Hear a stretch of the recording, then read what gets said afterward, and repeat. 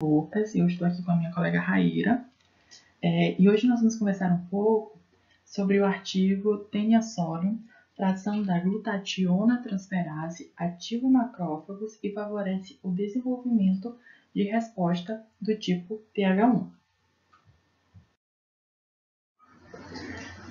Vale lembrar, que nós estamos aqui representando o grupo 9, para um trabalho de parasitologia, cujos componentes do nosso grupo são João Guilherme, Raíra, Marcos Vinícius e eu, João Lucas. Bom, para começarmos, vamos elucidar um pouco do que se trata o título do artigo, que é da UNAM, Universidade Nacional Autônoma do México.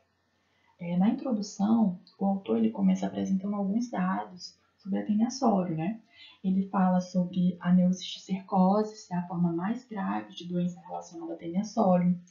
Ele pontua, que no México, um país em desenvolvimento, as crises epiléticas estão intrinsecamente relacionadas à teniasólio.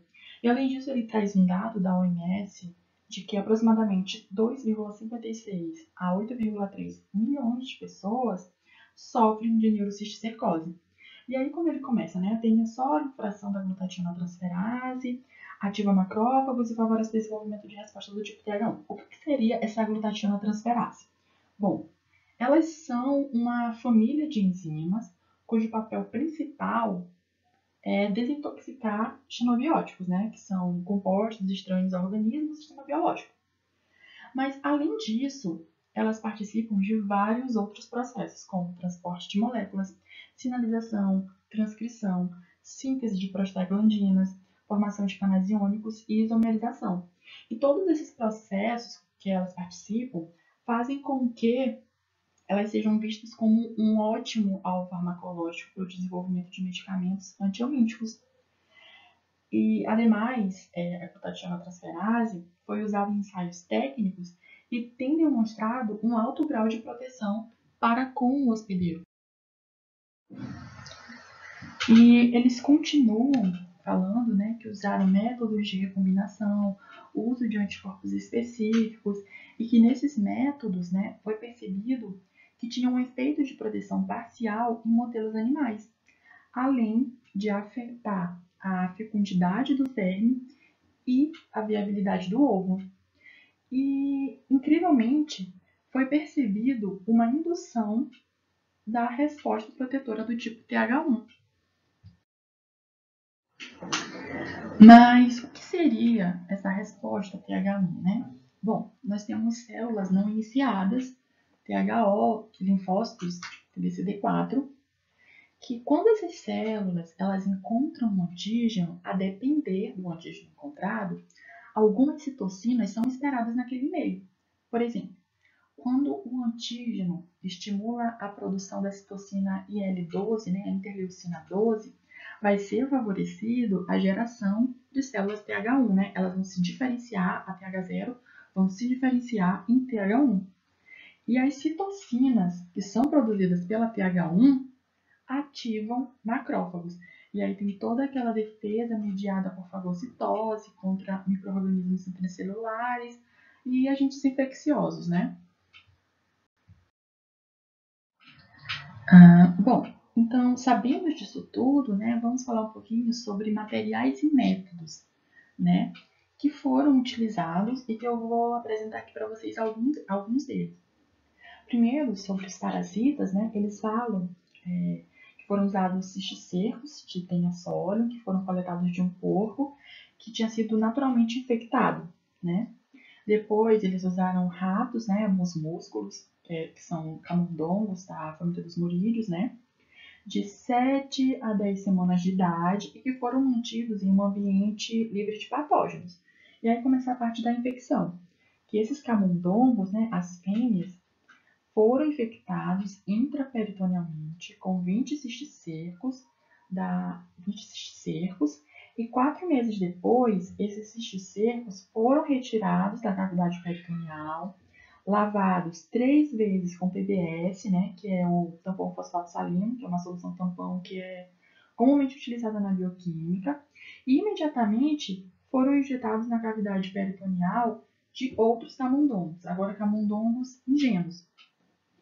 E aí depois começa a parte do in vitro, né, a estimulação de macrófagos peritoneais, onde as células do exudato peritoneal, coletadas por lavagem da cavidade peritoneal, foram lavadas, né, com uma solução salina isotônica, e depois elas foram contadas e ajustadas para uma densidade, né? E aí, em seguida, vão ser cultivados em placas e após 2 horas, as células não aderentes serão removidas. E depois desse processo, chega a parte da cocultura de macrófagos peritoneais com células TCD4, né? Onde aqui eles contam que linfócitos foram obtidos em condições estéreis de camundongos infectados com 8 semanas por perfusão. E as células TCD4 foram extraídas e cultivadas por 2 horas em placas de cultura. E aí chega a parte, né, da análise de marcadores de superfície celular, onde os macrófagos peritoneais, tratados lá na seção in vitro, né, na estimulação de macrófagos peritoneais, foram colhidos de placas de cultura, lavados e ressuspensos em tampão, e aí depois foram corados, e as células coradas foram analisadas em um citômetro de fluxo. Bom, e depois, né, dos materiais e os métodos que foram utilizados nesse artigo, nós chegamos na parte dos resultados, né, dos macrófagos expostos a marcadores de ativação. Como vocês podem ver aqui na parte A da figura, né, é apresentada uma imagem onde são mostrados os macrófagos que foram ou não estimulados por genes, né, marcadores de ativação. Por exemplo, os genes GAPDH, o ARG1, o NAS2 e o SHIP3. Aí nós conseguimos perceber quais os macrófagos foram ou não estimulados de acordo com esses genes, né? Foram ou não expressados. E nós podemos ver também o macrófago não estimulado, né? O Czinho, que é o controle. Na parte da figura B, né, a gente consegue perceber uma comparação do nível de expressão desses macrófagos, né? A gente consegue ver, por exemplo, o MTC8W, o nível dele de expressão na ARG1 e no SHIP3 foi bem exorbitante em comparação ao NOS2, né? A gente consegue perceber nessa parte justamente esse nível, a quantidade, nível da expressão desses macrófagos. Na figura C, na parte C, né, da figura, é mostrado a determinação, né, das citocinas segregadas pelos macrófagos em culturas. Por exemplo, os macrófagos expostos a SGS-TF, eles apresentaram uma produção significativa da interleucina 12 em comparação aos não estimulados, né, que é o Czinho. E na parte D, nós temos os ensaios da citometria do fluxo de macrófagos, né, e os níveis de expressão da PDL1, PDL2 e a CD206, né? PDL, que é a proteína programadora 1 de morte celular, quando ela é acoplada ao seu ligante.